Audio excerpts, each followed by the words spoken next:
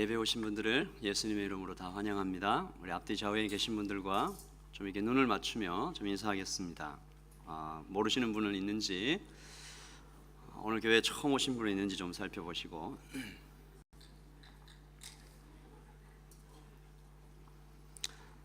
하나님 말씀 함께 보도록 하겠습니다. 자리에서 다 함께 일어나서 마가복음 12장 28절부터 44절 마지막 절 말씀입니다. 제가 먼저 봉독하도록 하겠습니다. 서기관 중 한 사람이 그들이 변론하는 것을 듣고 예수께서 잘 대답하신 줄 알고 나와 묻되 모든 계명 중에 첫째가 무엇이니까? 예수께서 대답하시되 첫째는 이것이니 이스라엘아 들으라. 주 곧 우리 하나님은 유일한 주시라. 내 마음을 다하고 목숨을 다하고 뜻을 다하고 힘을 다하여 주 너의 하나님을 사랑하라 하신 것이요 둘째는 이것이니 내 이웃을 내 자신과 같이 사랑하라 하신 것이라. 이보다 더 큰 계명이 없느니라. 서기관이 이르되 선생님이여 옳소이다. 하나님은 한 분이시요 그 외에 다른 이가 없다 하신 말씀이 참이니이다. 또 마음을 다하고 지혜를 다하고 힘을 다하여 하나님을 사랑하는 것과 또 이웃을 자기 자신과 같이 사랑하는 것이 전체로 드리는 모든 번제물과 기타 제물보다 나으니라. 예수께서 그가 지혜 있게 대답하심을 보시고 이르시되 내가 하나님의 나라에서 멀지 않도다 하시니 그 후에 감히 묻는 자가 없더라. 예수께서 성전에서 가르칠새 대답하여 이르시되 어찌하여 서기관들이 그리스도를 다윗의 자손이라 하느냐? 다윗이 성령에 감동되어 친히 말하되 주께서 내 주께 이르시되 내가 내 원수를 내 발 아래 둘 때까지 내 우편에 앉았으라 하셨도다 하였느니라. 다윗이 그리스도를 주라 하였은즉 어찌 그의 자손이 되겠느냐 하시니 많은 사람들이 즐겁게 듣더라. 우리 함께 읽겠습니다. 이제부터 예수께서 가르치실 때에 이르시되 긴 옷을 입고 다니는 것과 시장에서 문안받는 것과 회당의 높은 자리와 잔치의 윗자리를 원하는 서기관들을 삼가라. 저희는 과부의 가산을 삼키며 외식으로 길게 기도하는 자니 예수께서 헌금함을 대하여 앉으사 여러 부자는 많이 넣는데 한 가난한 과부는 와서 2렙돈 곧 한 고드란트를 넣는지라. 예수께서 제자들을 불러다가 이르시되 내가 진실로 너희에게 이르노니 이 가난한 과부는 헌금함에 넣는 모든 사람보다 많이 넣었도다. 그들은 다 풍족한 중에서 넣었거니와 이 과부는 가난한 중에서 자기의 모든 소유 곧 생활비 전부를 넣었느니라 하시니라. 아멘. 자리에 앉으시고요. 서기관이 와서 예수님께 묻죠. 모든 계명 중에 첫째가 뭡니까? 라고 묻습니다. 이들 사이에 이런 질문이 가능했던 이유는 당시의 유대인들은 율법을 큰 거, 작은 거, 가벼운 거, 무거운 거로 구별해서 약 613개의 계명으로 나누어 놓고 지켰기 때문입니다. 예수님께서는 하나님 사랑과 이웃 사랑이 가장 중요하다라고 말씀해 주시죠. 그러나 예수님의 이 대답은 비교해서 어느 것이 더 크고 어느 것은 무시해도 좋다라는 의미가 아닙니다. 사실 모든 계명은 서로 연결되어 있죠. 계명은 하나님의 말씀이고 하나님은 한 분이시니까 그 하나님의 말씀이 서로 연결되어 있는 것은 너무나 당연한 일입니다. 우리 예를 좀 한번 들어보겠습니다. 모세가 시내산에서 받은 10계명 좀 한번 보시죠. 너는 나 외에는 다른 신들을 내게 둘지 말라라고 시작해서 10번째까지, 이제 10번째가 내 이웃의 집을 탐내지 말라라고 하는 이 하나님의 명령 10개인데요. 이 10개의 계명도 첫 번째가 가장 중요하고 10번째가 가장 절 중요하다는 얘기가 아니고 서로 다 연결되어 있습니다. 따로 존재하지 않는 거죠. 10번째 계명이 첫 번째 계명보다 덜 중요하냐? 그렇지 않다라는 것이죠. 잘 생각해 보세요, 여러분. 10번째 계명, 내 이웃의 집을 탐내지 말라라는 이 계명을 어기는 사람이 두 번째 계명, 우상을 만들지 말라라는 계명을 어떻게 지키겠습니까? 탐심이 마음에 가득한 사람, 즉 돈이 우상이 된 사람이 어떻게 두 번째 계명을 지키겠어요? 그리고 7번째 간음하지 말라라는 명령은 간음을 만약에 범하게 되면 그 마음 안에 자신의 아내나 자신의 남편은 이미 죽은 겁니다. 그래서 살인의 죄를 함께 범하게 되죠. 그리고 또 그 사람의 삶 때문에 세 번째 계명, 내 하나님 여호와의 이름을 망령되이 행하지 말라. 즉 하나님의 이름이 그 사람의 삶 때문에 땅에 떨어지게 되는 거죠. 그러니까 이 하나님의 말씀들은, 이 계명들은 전체가 다 연결되어 있습니다. 서로 모순되지 않아요. 삼위 하나님을 우리가 구분할 수는 있죠. 그러나 결코 그 세 분이 분리되지는 않습니다. 이것과 마찬가지로 하나님의 명령도 구분을 할 수 있지만 결코 분리되지 않는다라는 것을 우리가 좀 기억에 두고 예수님의 대답을 좀 이해하겠습니다. 저는 예수님께서 짧게 대답하신 계명이 뭐가 더 크냐라는 이 질문에 대답하신 그 대답에서 인생의 가장 중요한 질문 세 가지에 예수님께서 대답하셨다라고 저는 믿어요. 뭐냐 하면 첫 번째 질문이 뭡니까? 인생에서 가장 중요한 질문, 나는 누구인가? 이 질문이 정말 중요하거든요. 우리 말씀 읽어봅시다. 시작. 예수께서 대답하시되 첫째는 이것이니 이스라엘아 들으라. 여기까지만 읽읍시다. 예수님께서 이 백성들을 향하여 계명이 가장 중요하다라고 얘기하실 때 첫 번째로 입을 떼신 것이 그들을 이스라엘이라고 부르는 것이었습니다. 이스라엘은 무슨 뜻이에요? 하나님께서 다스리신다, 하나님께서 치료하신다, 하나님께서 선택하셨다, 이런 얘기입니다.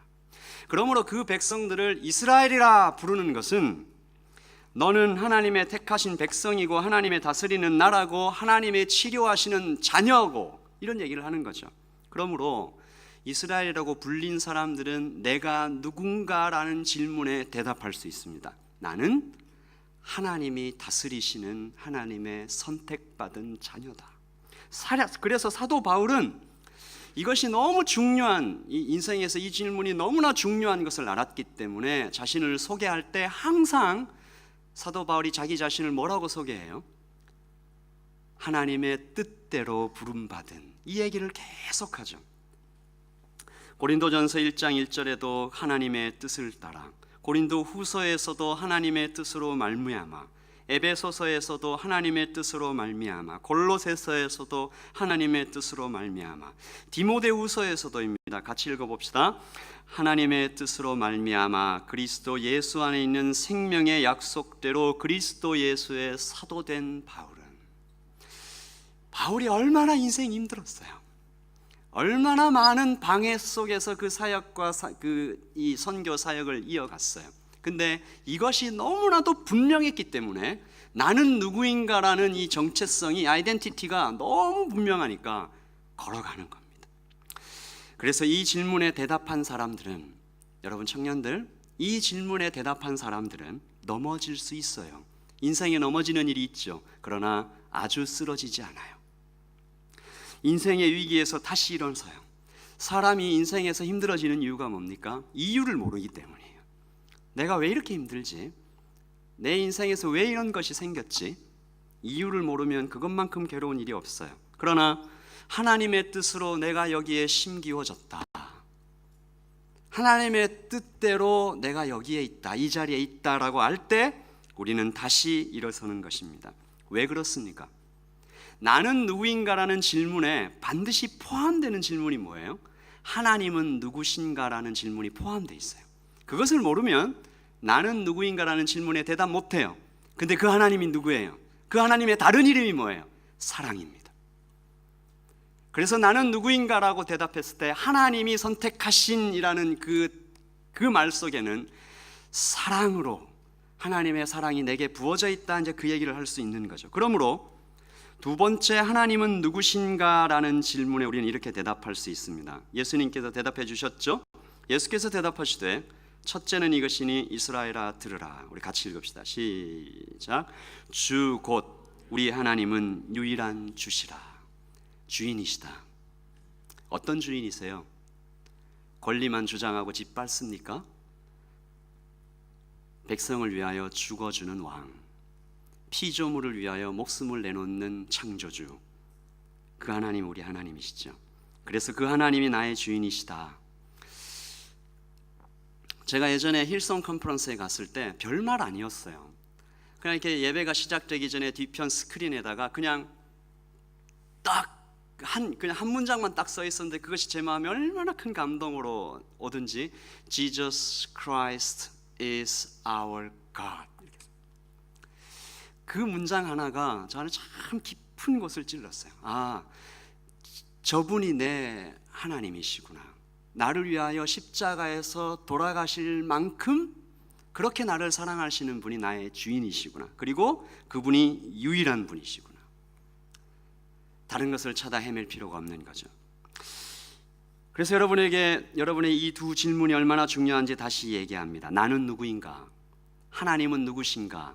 나는 어디서 왔고 어디로 가는가? 이런 질문들이 정말 중요하고, 이 질문들이 해결되지 않으면 우리가 평생 이리저리 방황하다가 여기도 한번 두드려보고 저기도 한번 두드려보고 인생을 낭비하게 될 것입니다. 그래서 제가 말씀을 시작하는 이 시점에서 여러분 모두에게 질문을 드립니다. 아직도 이 질문에 대답하지 못하시는 분들이 계십니까? 나는 누구인가? 하나님은 누구신가? 나는 어디서 왔고 어디로 가는가? 이 질문에 아직도 대답하지 못하고 계신 분들이 있다면 어쩌면 안타깝게도 여러분의 인생이 헛된 것을 쫓아가고 있는 중인지도 모르겠습니다. 그래서 오직 이 첫 번째와 두 번째 질문에 대답한 사람만이 세 번째 질문으로 넘어갈 수 있어요. 세 번째 질문은 당연히 뭘까요? 어떻게 살 것인가? 내가 누구인지 알았고 하나님이 누구신지 아는 사람이 그럼 어떻게 살 것인가? 이 질문에 대하여 오늘 예수님께서 너무나 중요한 말씀 30절과 31절을 얘기하시죠. 먼저 30절을 읽겠습니다. 시작. 내 마음을 다하고 목숨을 다하고 뜻을 다하고 힘을 다하여 주 너의 하나님을 사랑하라 하신 것이요. 하나님이 사랑이시니까 우리도 사랑하는 것입니다. 너의 주인 유일하신 하나님을 사랑하면서 살아라. 그러면 행복한 삶을 살 수 있다. 인생은 그렇게 사는 것이다. 여기서 마음을 다하고 라고 얘기할 때 이 다하고는 절대로 양을 얘기하는 것이 아닙니다. 이것은 전부를 이야기하는 거예요. 그리고 다하고 영어에 보면 다하고 그 다음에 and 이렇게 연결되어 있죠. 이게 무슨 얘기인가 하면 다 함께 연결되어 있다라는 겁니다. 이렇게 해석하면 안 되는 거예요. 마음은 다 했는데 힘은 다하지 않았어. 뜻은 다했는데 목숨은 다하지 않았어. 이런 일이 있을 수가 없다라는 것입니다. 분리되지 않는 거죠. 나의 존재 전부를 다하여 사랑하라 라는 겁니다. 그러면 우리 마음 가운데 이런 좀 의심들이, 그런 마음이 올 수 있어요. 야, 하나님 너무 욕심이 많으시다. 전부 다 달라고 하시네. 아닙니다. 하나님께서 우리에게 이 말씀을 주신 이유는 우리가 그래야 살기 때문입니다. 물을 떠난 고기가 살 수가 없죠. 뿌리 뽑힌 나무가 살 수가 없습니다. 그래서 하나님 안에 있어야만 사는 것입니다. 그런데 하나님과 우리와의 관계가 무엇입니까? 남자와 여자가 사랑하여 부부가 되어 한 몸이 되듯이 하나님과 우리 사이가 신랑과 신부다, 그렇게 얘기했습니다. 둘이 전부를 주고 전부를 받는 것입니다. 하나님께서 나를 신부로 삼으시고 결혼하셨다, 이렇게 얘기하셨습니다. 이사야 62장입니다. 다시는 너를 버림받은 자라 부르지 아니하며 다시는 내 땅을 황무지라 부르지 아니하고, 함께 읽겠습니다. 시작. 오직 너를 헵시바라 하며 내 땅을 뷸라라 하리니 이는 여호와께서 너를 기뻐하실 것이며 내 땅이 결혼한 것처럼 될 것이라. 하나님께서 이스라엘 백성들에게, 어떤 백성들이에요? 맨날 사고치, 항상 주님, 항상이란 말을 써서 정말 죄송한데 엄청 자주 등 돌리고 하는 그 백성에게 나는 너를 헵시바라 부른다. 헵시바가 무슨 뜻인가 하면요, 너만 보면 왠지 기쁘다, 괜히 기쁘다, 그런 얘기예요. 옆에 있는 분에게 한번 축복하시죠. 너만 보면 왠지 기쁘다, 그냥 기쁘다, 괜히 기쁘다.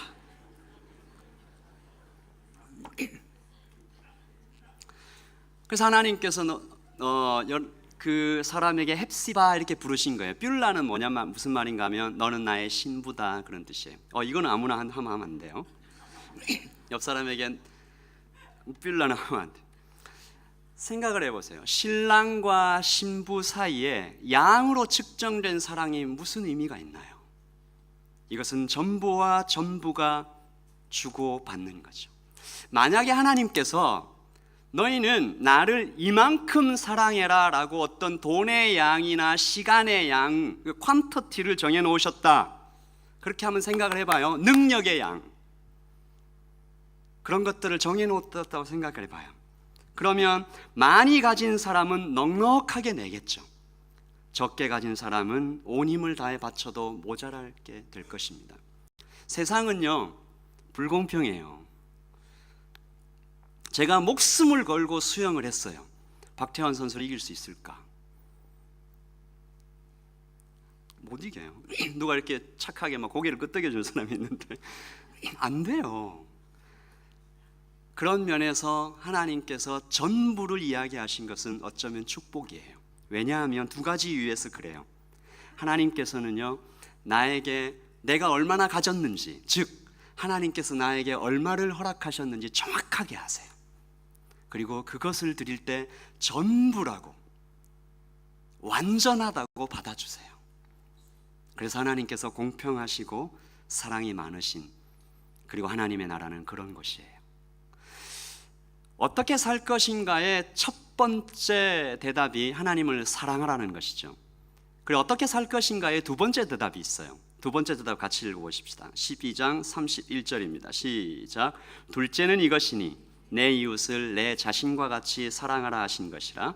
이보다 더 큰 계명이 없느니라. 둘째는 이렇게 얘기했다고 우리가 오해하면 안 돼요. 첫째가 더 크고 둘째가 작다 이런 얘기가 아니고 똑같다 이런 얘기입니다. 똑같다. 그리고 이 말은 내 몸과 같이, 내 자신과 같이 사랑하라라는 말은 이렇게 생각하면 될 것 같아요. 저 사람을 나로 생각하라. 이렇게 생각해도 돼요. 내가 저 사람과 같은 처지에 놓이면 기분이 어떤가? 내가 저 사람이 먹는 저 음식과 저 물을 마시면 내가 기분이 어떨까? 내가 대접받고 싶은 만큼 남을 대접하라. 성경에 나오는 골든 룰, 황금률을 이야기하는 거죠. 마태복음 7장 12절에 그러므로 무엇이든지 남에게 대접을 받고자 하는 대로 너희도 남을 대접하라. 이것이 율법이요 선지자다. 전체 말씀의 핵심이다, 그 말이에요. 한 신학자는 이렇게 말했어요. 이 두 계명, 하나님을 사랑하는 것과 이웃을 사랑하는 것의 이 두 계명의 실행은 사랑을 다하는 것과 또 서로 관계성의 원리를 가진다.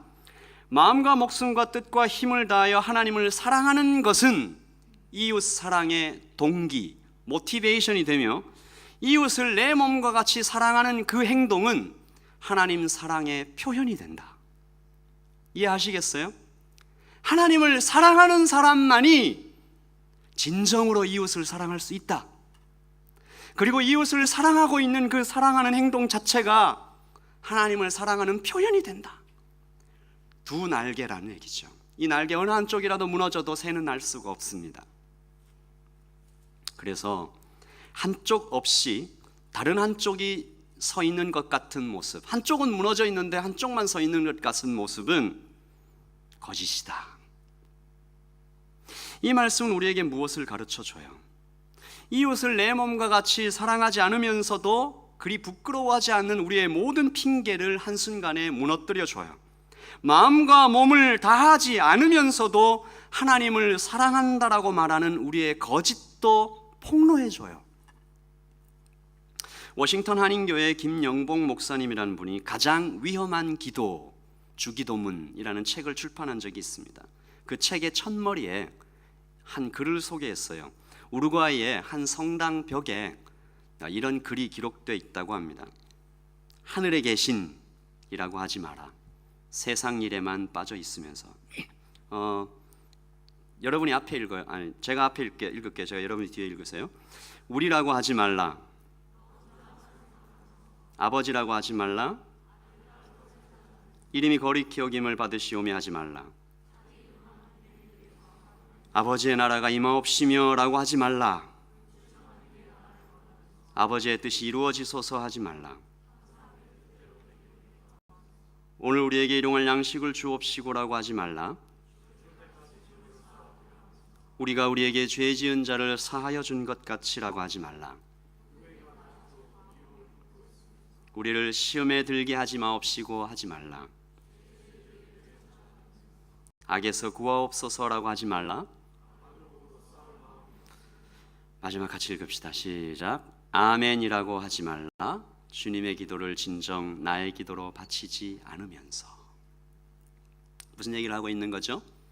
하나님을 사랑하는 그 최고봉의 어쩌면 그 기도잖아요. 주기도문, 주께서 가르쳐 주신 그 기도.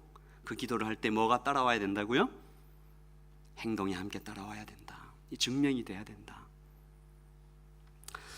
그러므로 이제 가장 중요한 질문들을 다시 한번 정리해 보십시다. 나는 누구인가? 나는 어디서 왔고 어디로 가는가? 하나님은 누구신가? 그러면 나는 어떻게 살 것인가? 하나님을 사랑하면서 이웃을 사랑하며 사는 삶, 그리스도 안에서 이웃을 사랑하는 작은 행동 하나하나가 하나님께 드리는 것과 같다. 이 이야기를 예수님께서 대답을 하신 후에 예수님께서 말씀하실 때 늘 쓰시는, 아주 자주 쓰시는 그 장면이 등장해요. 예수님 항상 이렇게 얘기하시죠. 원리를 얘기하시고 그 다음에 그림을 쫙 그려주세요. 어떤 그림이 그려집니까? 한 무명의 한 과부가 등장하고 서기관들이 등장합니다. 그림을 쫙 그려주시는 것이죠. 앞에 우리가 했던 질문들, 하나님 사랑과 이웃 사랑 좀 생각하면서 좀 보십시다. 마치 그림을 그리시듯이 생생하게 보여주시는데 먼저 서기관들을 소개하시죠. 예수께서 가르치실 때 이르시되 긴 옷 입고 다니고 시장에서 문안받는 것, 회당의 높은 자리와 잔치의 윗자리를 원하는 서기관들을 삼가라. 같이 읽읍시다. 저희는 과부의 가산을 삼키며 외식으로 길게 기도하는 자니 그는 받는 판결이 더욱 중하니라. 아멘. 이렇게 서기관들을 소개하십니다. 이들이 이스라엘을 망하게 하고 방금 전에 있었던 그 성전 척결, 성전이 멸망되도록 한 주범들입니다. 긴 옷 입고 다니고 인사받기 좋아하고 높은 자리 좋아하고 과부의 재산을 삼키고 다른 사람들이 보라고 기도를 길게 하는 자들. 한마디로 뭐라고 표현할 수 있을까요? 지난주 우리가 말씀 나눴던 것처럼 사람을 두려워하지 하나님을 두려워하지 않는 사람들. 서기관들이 누굽니까? 성경을 기록하는 사람들, 성경과 가장 가까운 사람들, 성경을 가르치는 사람들이에요. 그런데 그 자신이 모범이 되어야 했었는데, 즉 그의 삶 전체에서 하나님을 사랑하는 것과 이웃을 사랑하는 것이 그냥 막 흘러나와야 되는 그런 사람들이었는데, 그 말씀 가지고, 그 예배 가지고 자신들의 기득권 유지하고 확장하는 도구로 하나님 이름을 팔아 자신의 배를 불리고 있는 종교 사기꾼들로 나타난 겁니다. 첫 번째 계명부터, 10계명의 첫 번째 계명부터 마지막 10번째 계명과 같이 깡그리 어긴 거죠. 여기에 반해서 나타나는 한 가난한 과부의 모습은 참 대조적입니다. 아주 짧게 썼어요. 같이 읽어봅시다. 시작. 한 가난한 과부는 와서 두 렙돈 한 고드란트를 넣는지라. 예수님께서는 이 과부가 나와서 자신의 모든 소유, 즉 생활비 전부를 넣었다라고 얘기하시면서 주목하세요. 그때 헌금함이 13개가 있었어요. 그 여인의 뜰에 사람들이 많이 와가지고 헌금을 하고 있었겠죠. 근데 예수님께서 그 가난한 과부에게 주목하셨어요. 아무도 거기 있는 사람들 중에 그 과부를 주목한 사람은 없었는데 왜 유독 그 과부가 예수 그리스도의 예수님의 관심을 끌었을까? 우리가 이 질문에 대답하기 위해서는 먼저 이 백그라운드를 좀 이해를 해야 되는데, 먼저 우리 한번 생각해 보자. 이 과부가 바쳤다는 두 렙돈 과연 얼마 정도였을까? 한 데나리온의 그 렙돈이 한 데나리온의 128분의 1, 그러니까 두 렙돈은 64분의 1, 계산이 안 돼. 지금 가치로요 약 한 1불에서 1불 50 정도예요. 이게 이 과부의 생활비 전부였대요. 이 돈은 당시 한 끼 밥도 사 먹기 힘들 정도의 돈, 그 돈이 과부의 전 재산. 자, 이걸 머리에 좀 넣어두고, 그리고 이 돈이 가지는 상징적인 의미가 있습니다. 여러분, 우리가 문화를 지금 현재 우리가 이 현대를 살면 이 현대가 가지는 뭔가 물건이 가지는 상징적인 의미가 있어요. 뭘 딱 보면 뭐가 떠오르는. 이 렙돈은요, 이스라엘 민족이 정말 찬란하게 이 로마에 막 이기고 다윗 왕국의 번영을 회복하고 그때 만들어졌던 돈이에요. 근데 이게 그러니까 이스라엘 독립과 성전의 회복 이런 의미를 담고 있죠. 로마 제국 입장에서 보면 좀 불편하잖아요. 근데 어떻게 사용하게 했을까? 그거 없애버리든지 하지. 그냥 사용해라, 놔둬라 이렇게 된 거죠. 왜 그랬을까? 학자들이 좀 찾아보니까 로마 정부는 이것을 없애는 대신에 더 치욕스러운 방법을 선택했어요. 이 렙돈의 가치를 완전히 정말 쓸모없을 정도의 가치로 떨어뜨려 버린 거예요. 잊어버려도 그렇게 열심히 찾지 않을 것 같은 2g 정도의 구리동전. 이 동전을 쓰면서 이스라엘 사람들이 뭘 생각하라고 한 거예요? 너희는 그렇게 쓸모없다. 로마는 이스라엘에게 너희는 보잘것없는 존재다. 여호와 하나님이나 성전 회복 등등등은 그야말로 가이사의 발끝에 때만도 못한 초라한 존재로 각인시키고야 말았다는 것입니다. 렙돈을 쓸 때마다 희망이 아닌 절망이 찾아온 거죠. 그리고 과부가 헌금을 하는 장소도 의미가 있다고 합니다. 여인의 뜰 맞은편들에 아까 얘기했던 헌금함 13개. 재미있는 것은요, 이 헌금을 드릴 때 부자들도 와서 헌금을 했는데 부자들이 큰 돈을 가지고 와서 이게 작은 동전으로 다 바꿔 갖고 와갖고 동전을 넣을 때 소리가 나잖아요. 딸그랑. 그럼 사람들이 이렇게 쭉 쳐다볼 거 아닙니까? 근데 한 번 떨어지고 소리가 계속 나는 거예요. 딸그락 딸그락 딸그락 쫙 이렇게 나니까 와, 정말 돈을 많이 헌금하시는구나 이렇게 박수도 치고 부자들이 그걸 즐겼어요. 그때 이 가난한 과부는 이 동전 떨어지는 소리가 너무 부끄러워 얼른 내고 숨으려고 하지 않았을까? 그래서 이 가난한 과부가 2렙돈을 바치고 있는 그 장면에는 이런 정도의 백그라운드적인 의미가 있는 겁니다. 자, 이제 한번 생각을 해보십시다. 왜 가난한 과부가 이 2렙돈을 부끄럽게 헌금하고 나오는 그 장면을 이토록 주목하시고 예수님은 도대체 이 장면을 통해서 뭘 말씀하고 싶어 하시는 걸까요? 여러분도 한번 생각을 해보세요. 지금까지 한국 교회에서 이게 뭐 완전히 틀린 말은 아닙니다만 흔히 많이 이렇게 설교되었던 것은 이런 내용이었어요. 이런 내용들입니다. 야, 이 가난한 과부를 봐라. 이 정말 형편이 어려운데 생활비 전체를 다 바쳐서 힘이 없었겠죠. 당시의 유대인들 사이에서 남편이 없다라는 것은 힘이 없어 농사를 못 짓는다 그 말이에요.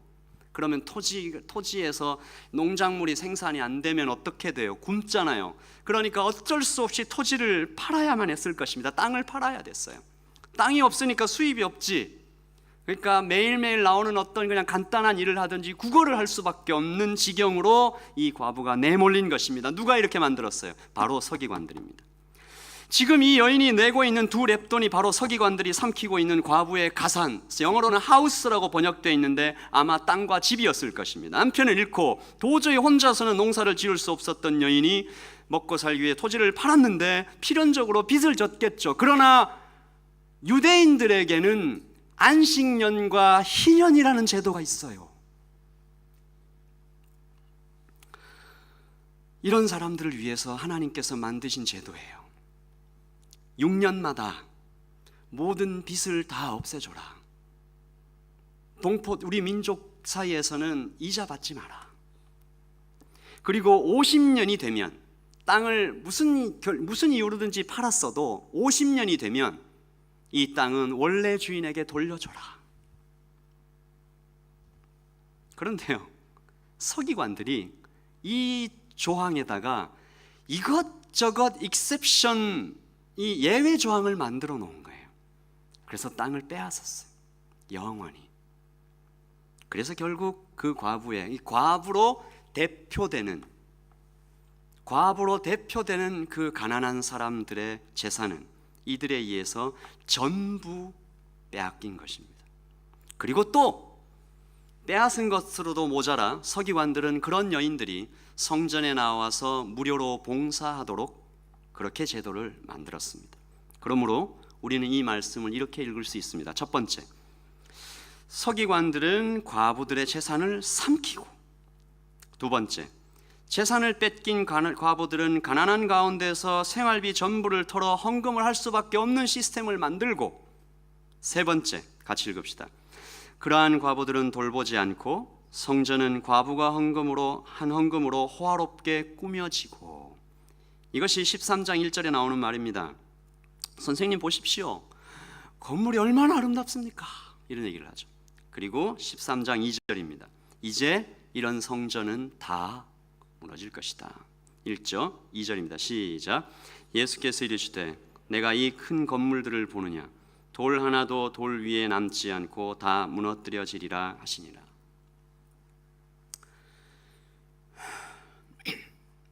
여러분, 이건 경고입니다. 제가 이렇게 몇 주에 걸쳐서 여러분에게 계속 이런 말씀을 드리는데 좀 죄송한 마음도 있습니다만 오히려 더 필요한 것 같아요. 이건 경고입니다. 내 곁에 있는 가난한 사람들에 대한 관심은 없으면서 예배 드리러 와서 복 달라 말하는 이 땅의 교회들에 대한 경고입니다. 건물만 짓고 있는, 그리고 또 예배 드리러 와서도 그저 억지로 앉아 있기만 한 사람들, 마음을 다하는 그 어떤 진심도 없이 그저 언제 끝나나 시계만 보고 있는 사람, 화려한 교회당 건물은 세워지지만 그 안에서 예배란 이름으로 뭔가 진행되고 있지만 예배 후에 그 어떤 아무런 변화도 보이지 않는 이 땅의 교회의 현실에 대한 무서운 경고입니다. 돌 하나도 돌 위에 남지 않고 다 무너뜨려지리라.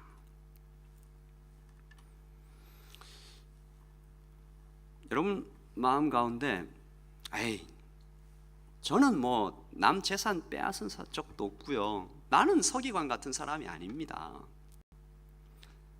라는 마음으로 우리가 다 앉아 있는 거죠. 사실 그렇잖아요.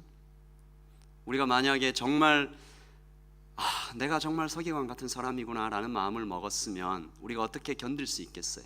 근데 우리 다 그런 마음으로 있잖아요. 나는 그 정도는 아니다.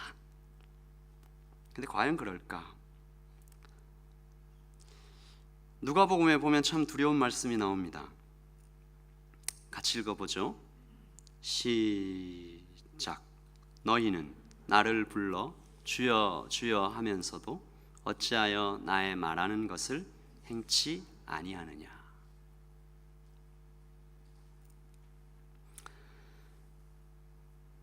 예수님께서 서기관들을 삼가라, 서기관들에게서 떠나라.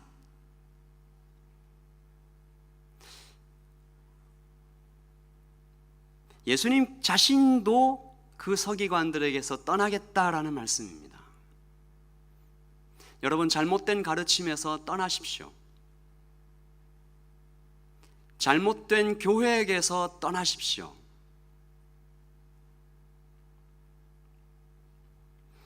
마태복음 7장 23절에 보면 그때에 내가 저희에게 밝히 말하되 내가 너희를 도무지 알지 못하니 불법을 행하는 자들아 내게서 떠나라. 그래서 오늘 저는 여러분에게 앞에 세 가지 질문에 다시 대답하고, 나는 누구인가? 나는 어디서 왔고 어디로 가는가? 하나님은 누구신가? 나는 어떻게 살 것인가? 나는 오늘 여기 예배드리러 왜 왔나? 무슨 마음으로 온 거지? 뭘 얻으려 온 걸까? 뭐가 필요해서 온 거지?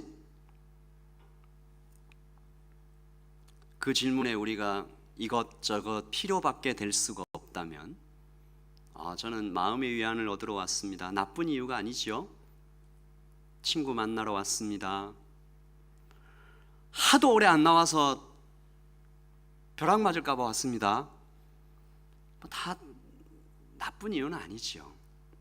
그러나 여러분의 마음 가운데 마음을 다하는 것이, 힘을 다하는 것이, 뜻을 다하여 하나님을 사랑하는 것이 없다면 이 모습이 마치 신부가 신랑을 두고 뒤에서 다른 남자와 바람 피는 모습과 뭐가 더 다르겠냐고 하나님께서 이야기하신 음성을 듣는다면, 내 이웃을 내 몸과 같이 사랑하지 않는 사람이 어떻게 하나님을 사랑하는 것이냐라고 말하실 때 그 사람이 바로 나라면, 그래서 우리가 이 말씀을 듣고 두려운 마음으로 기도하며 주님 앞에 서는 것입니다. 마음을 다하고 힘을 다하고 뜻을 다하고 목숨을 다하여 주 너의 하나님을 사랑하라 하신 것이요, 그리고 내 이웃을 내 몸과 같이 사랑하라 하신 것이요, 그리고 주께서 한 가난한 과부를 불러 세우시며 그 모델을 얘기하시며 이 땅의 교회에 대하여, 우리의 굳어진 마음에 대하여, 그리고 서기관들의 그 파렴치하고 더러운 행동을 고발하시면서 분노하시는 장면을 보며 우리가 이 시간 우리 마음을 깊이 좀 들여보기를 원합니다. 기도하십시다.